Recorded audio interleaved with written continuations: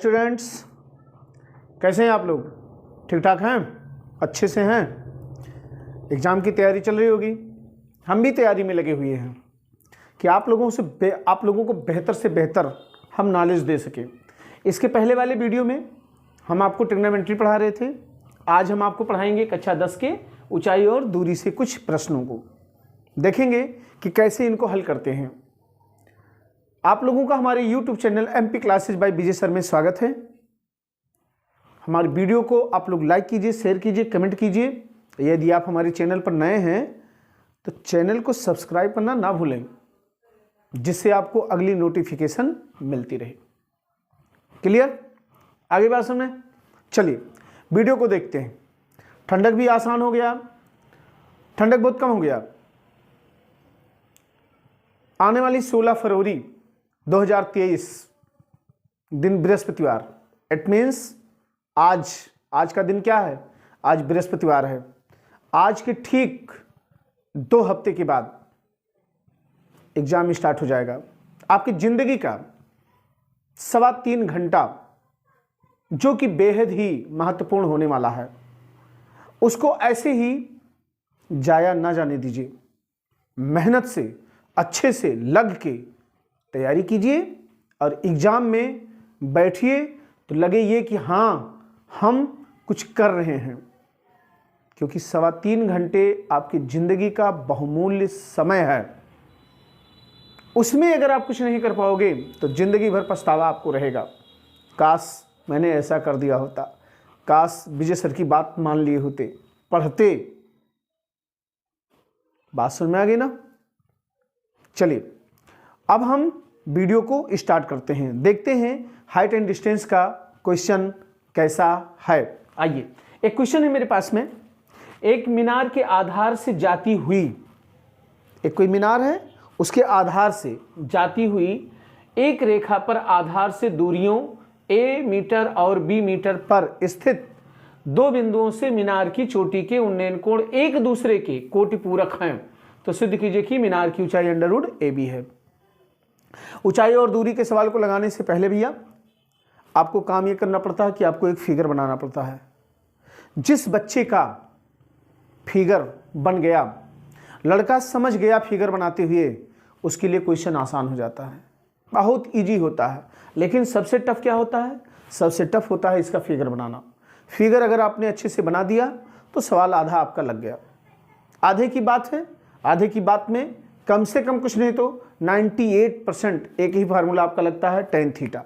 tan theta equal to लंब बटे आधार। उसी फार्मूले से हम लोग काम करते हैं। आइए एक एक लाइन को पढ़ते हुए फिगर बनाते हैं और क्वेश्चन का हल मैं आपको दे रहा हूं। देखिए, कहता है एक मीनार। अब मीनार को हम डायरेक्ट पहले बना लेंगे। मैंने माना कि ये आपका कोई मीनार है।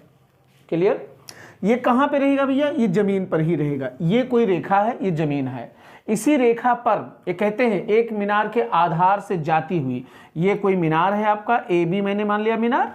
इसके आधार से जाती हुई एक रेखा पर आधार से A मीटर और B मीटर दूरियों पर, मतलब यहां से A मीटर की दूरी पर स्थित कोई बिंदु आपका A है, A मीटर की दूरी पर स्थित कोई बिंदु C है, और यहीं से आपका एक और है जो कि कितना है, B मीटर की दूरी पर है आपका बिंदु D।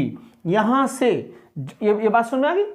ये लाइन समझ में आई? एक मीनार के आधार से जाती हुई एक रेखा पर आधार से दूरियों A मीटर और B मीटर पर स्थित 2 बिंदुओं से, 2 बिंदु मैंने स्थित कर लिया। जब यहां से इस मीनार के शिखर को जब देखा जाता है, चोटी को जब देखा जाता है, मतलब D से देखा गया, यहां D बना दिया मैंने, ये वाली पॉइंट, और यहां से फिर C मैंने बना दिया। हाथ है थोड़ा सा हिल गया, कोई दिक्कत नहीं है। इनके द्वारा जो उन्नयन कोण जो बनता है, ये एक दूसरे के कोटिपूरक होते हैं। ये कह रहा है क्वेश्चन आपका, स्थित 2 बिंदुओं से मीनार की चोटी के उन्नयन कोण एक दूसरे के कोटिपूरक हैं। पहला नंबर तो आप ये जानो कि कोटिपूरक कोण किसे कहते हैं। तो कोटिपूरक कोण आप जानते हैं क्या कहते हैं? जब 2 कोणों का योगफल 90 अंश होता है, जब 2 कोणों का योगफल 90 अंश होता है, तब वह दोनों कोण एक दूसरे के कोटिपूरक कोण कहलाते हैं। जैसे एक कोण मान लो 60 अंश है, दूसरा 30 होगा। एक कोण आपका 20 अंश है, तो दूसरा 70 होगा। एक 80 अंश है तो दूसरा 10 होगा। क्यों? क्योंकि 80 और 10 को मिलाएंगे तब जाकर के क्या बनेगा? 90 बनेगा। तो इस तरह से अगर आप देखें तो यहाँ पे अगर हम इस कोण को मान लेते हैं कि ये थीटा है तो ये कितना होगा? ये 90 माइनस थीटा होगा। इसको थोड़ा सा और हम आपको बता दें, जिससे 60 का कोटि पूरक क्या होगा? 30 मैंने बताया। कैसे आया? 90 में से मैंने 60 को घटा दिया। इसी प्रकार से मैंने जब थीटा माना अपने तरफ से तो ये कितना हो गया? 90 माइनस थीटा। क्लियर हुआ? इन दोनों का योगफल आपका 90 अंश आना चाहिए। ये देखिए, इसकी ऊंचाई को कह रहा है, दिखाना है अंडर रूट AB। इसी को मैंने मान लिया कि ये h मीटर की ऊंचाई है। बस आपका फिगर बनके तैयार हो चुका है। इसी a के h के मान की गणना हम लोग कर देंगे। हमारा आंसर यही अंडर रूट AB आएगा। अगर आ जाता है तो हमारा सिद्ध हो जाएगा। लेकिन उससे पहले यहां हम कुछ लिखेंगे कि माना मीनार AB की ऊंचाई h है। प्रश्नानुसार B से क्रमशः C व D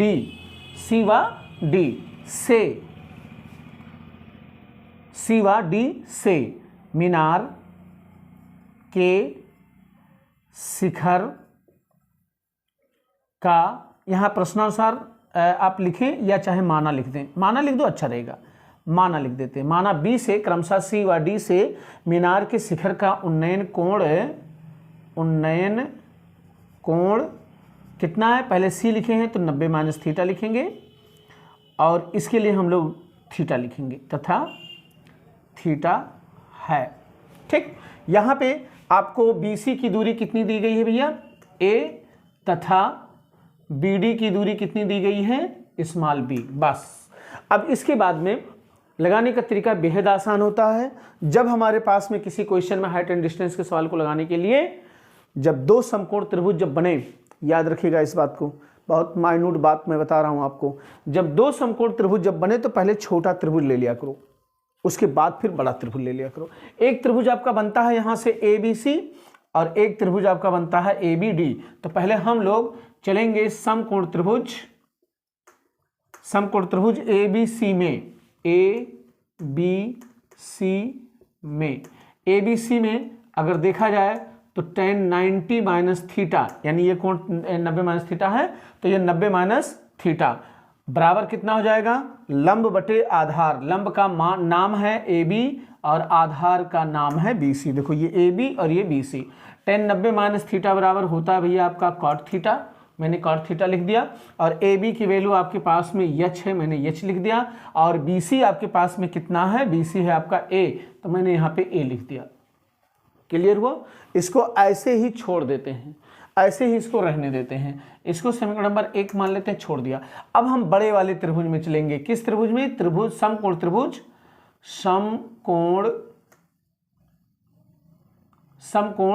त्रिभुज ABD में हम फिर से ये tan थीटा लेंगे।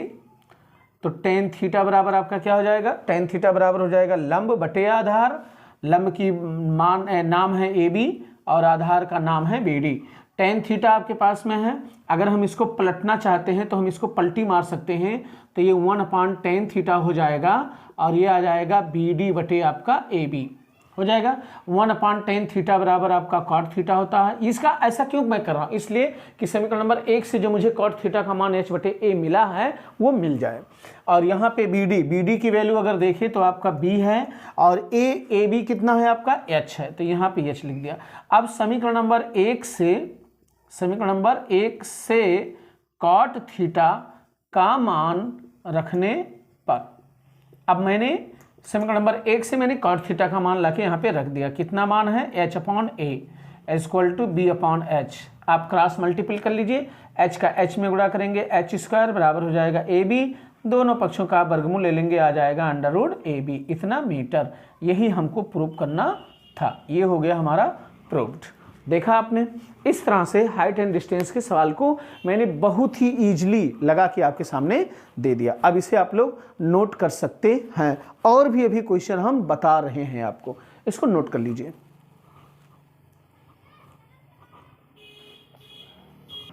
चलिए गाइस, एक और क्वेश्चन हम लोग देखते हैं। याद रखिएगा, ये क्वेश्चन बड़े बड़े मैं क्वेश्चन बता रहा हूँ, ये सारे क्वेश्चन आपके 6-6 नंबर के आते हैं। 7वां क्वेश्चन बनता है, ये 6-6 नंबर के होते हैं। आइए देखते हैं दूसरा क्वेश्चन क्या कहता है। कहता है एक बहुमंजिला भवन, बहुमंजिला का मतलब बहुत ऊंची बिल्डिंग, जिसकी मतलब कई स्टोरीज होती हैं, कई बहुमंजिला भवन के शिखर से कोई चोटी पर खड़ा हुआ है, शिखर से 1-8 मीटर ऊंचा, 1-8 मीटर ऊंचा का छोटा भवन है, उसके शिखर और तल के अनुमान कोण 30 अंश और 45 अंश बनते हैं। तो बहुमंजिला भवन की ऊंचाई और दोनों भवनों के बीच की दूरी ज्ञात करनी है आपकी। कितना होगा, आइए देखते हैं। सवाल आपके समझ में आ गया होगा, मैं फिर से आपको समझा रहा हूँ। देखो, ये आपके पास में एक बहुमंजिला भवन है मान लिया, और यहाँ से कुछ दूरी पर एक 8 मीटर ऊंचा एक और भवन है। ये छोटा है, ये ऊंचा भवन है। थोड़ा फिगर गड़बड़ बन गया है, बढ़िया से बना देते हैं, तिरछा है। ये हुआ और कुछ दूरी पर गए तो ये एक भवन मिला, एक भवन आपका यहाँ से। ये मान लिया मैंने AB भवन है। इसके शिखर से जब इस छोटे वाले भवन के, ये 8 मीटर का ऊंचा भवन है, इसको मैंने नाम दे दिया C और D। ये CD एक छोटा ऊंचा भवन है। इसके तल से, इसके मतलब शिखर से, जब इसके शिखर को जब देखते हैं छोटे वाले के, और जब इसके हम तल को देखते हैं ऐसे नीचे, तब इसका अवनमन कोण जो बनता है, अवनमन कोण एक का बनता है 30 अंश और दूसरे वाले का बनता है कितना भैया, 45 अंश। ये 45 अंश बनता है। तो कहते हैं कि ये ऊंचे वाले भवन की ऊंचाई ज्ञात करो, बहुमंजिला भवन की ऊंचाई ज्ञात करना है, और आपको इन दोनों भवनों के बीच की दूरी ज्ञात करनी है। थोड़ा फिगर सीधा कर देते हैं। ये देखिए ऐसे, ठीक है। मतलब हमको ये मान निकालना है। मान लिया मैंने h मीटर है इसकी ऊंचाई को, इसकी ऊंचाई मैंने मान लिया h मीटर है, उत्तर और इधर लिख देते हैं। ये h मीटर इसकी ऊंचाई है भवन की, और इसके बीच की जो दूरी है वो x मीटर है, मैंने मान लिया। यहाँ से अगर हम इस C को अगर मिला दें तो जैसा कि आप CD की दूरी जो ऊंचाई जो देख रहे हो 8 मीटर, वही 8 मीटर यहाँ भी आ जाएगा, और ये भी आपका 8 मीटर ही हो जाएगा। इसको अगर हम E पॉइंट दे दें तो ये ऊपर वाला पॉइंट आपका H माइनस कितना हो जाएगा, 8 मीटर हो जाएगा। ये H माइनस 8 मीटर का आपका ये आ जाएगा। अब देखिए, ये रेखा और ये रेखा कैसी रेखाएं हैं, ये दोनों रेखाएं समांतर रेखाएं हैं। तो जब इनको कोई तिर्यक रेखा काटती है तो इनके एकांतर कोण बराबर होते हैं। अगर ये 30 अंश है तो ये भी क्या बनेगा आपका 30 अंश, और इसी प्रकार से ये कोण कितने अंश का बनेगा, टोटल कितना 45, तो यहाँ भी कितना बन जाएगा भैया आपका 45। क्लियर हुआ। भवन मैंने माना बहुमंजिला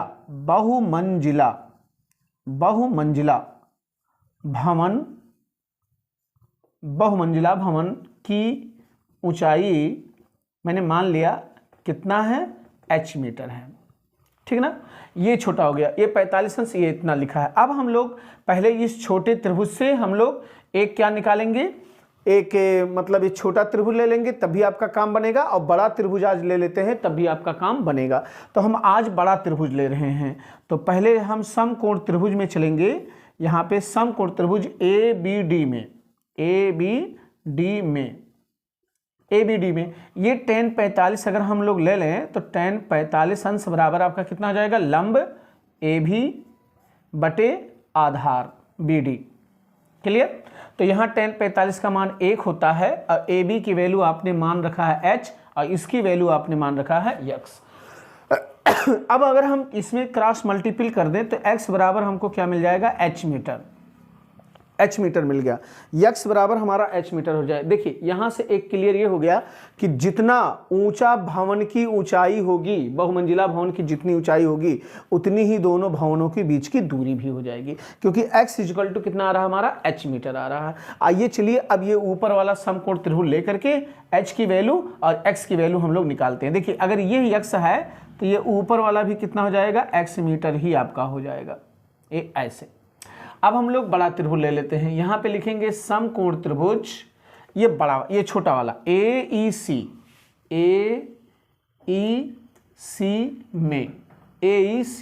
में कितना हो जाएगा, tan 30 अंश बराबर हो जाएगा लंब, लंब क्या बनेगा AE, और आधार, आधार क्या बनेगा EC। अब यहां से देखिए tan 30 की वैल्यू आप जानते हो 1/3 होता है, और AE की वैल्यू आपके पास है H-8, H-8, और EC की वैल्यू कितनी है, यक्स है। अगर हम यहाँ पे क्रॉस मल्टीपल अगर करें तो क्रॉस मल्टीपल पर आपको मिलेगा x और √3 का यहाँ पे गुणा हो जाएगा, और -8 √3 आपका हो जाएगा। ये क्लियर हुआ। इसे आप ऐसे ना लिखो, एक ए ऐसे लिख दो। पहले इसका गुणा कर लेते हैं, √3h हो जाएगा, -8 √3 हो जाएगा, बराबर x हो जाएगा। यहाँ से आप देखिए x की वैल्यू कितनी आई, यच, यह यच हम इस यक्स की जगह पे लिख सकते हैं, और ये आपके पास मिलेगा √3 माइनस √8 √3। h को इधर लाओ, 8 √3 को उधर ले जाओ, तो ये बन जाएगा √3 minus H is equal to 8 √3। अब यच आप कॉमन ले लो, तो यहाँ से हो जाएगा √3 माइनस 1, ये बचेगा 8 √3। यच की वैल्यू निकालनी है, इसको हम भाग कर देंगे, 8 √3 बटे √3 माइनस 1। अब देखिए इसके मान को निकालने के लिए हम लोग काम क्या करते हैं कि ये जो आपका नीचे लिखा रहता है हर में, इसका प्रमेयकरण कर देते हैं, मतलब इसके कॉन्जुगेट से हम ऊपर नीचे गुणा कर देते हैं। कॉन्जुगेट का मतलब ये होता है कि अगर प्लस में है तो माइनस से, माइनस में है तो प्लस से हम गुणा कर देंगे। अब ऊपर की साइड में इस √3 को इसके अंदर कर देते हैं, 8 और ये 3 हो जाएगा, प्लस √3 हो जाएगा। क्लियर हुआ। यहां से आप देखिए तो ये आपका लिखा है एक कोष्टक में a प्लस बी, एक कोष्टक में a माइनस बी। तो जब a प्लस बी और a माइनस बी जब आपके पास में जब होता है इस तरह से, तो इसका सूत्र बनता है भैया a² माइनस b², मतलब करनी में 3 का वर्ग और माइनस 1 का वर्ग। तो ये 8 हो गया, ये 3 हो गया, करनी में 3 हो गया, और यहाँ पे आप ये √3 का जब वर्ग करेंगे तो 3 मिलेगा, 1 मिलेगा, 3 में से 2 गया, 1 गया, कितना बचा 2, तो 3 प्लस इसका चाहो तो मान लगा दो 1.732 होता है, बटे आपका 2 आ गया, 2 से आप इसे काट सकते हो, 4 मिल गया। अंदर जब जोड़ोगे इसको आप यहाँ पे तो 3 और 1 ये 4 हो जाएगा, 4.732 आ जाएगा। क्लियर हुआ। अब 4 से हम इसमें गुणा कर देंगे, 4 दूनी 8 हो जाएगा, 4 तियाँ 12 और 4 सत्ते 28, 1 29 और 4 चौके 16 और 2 कितना हो जाएगा 18, यानी 18.928 मीटर आपका ये भवन की ऊंचाई हो गई बहुमंजिला। और चूंकि x का मान आपका h है तो x बराबर भी आपका यही हो जाएगा 18.928 मीटर। ये एक उत्तर ये होगा, एक उत्तर आपका ये होगा। इतनी बातें तो आपके क्लियर हो गई होगी मेरे हिसाब से।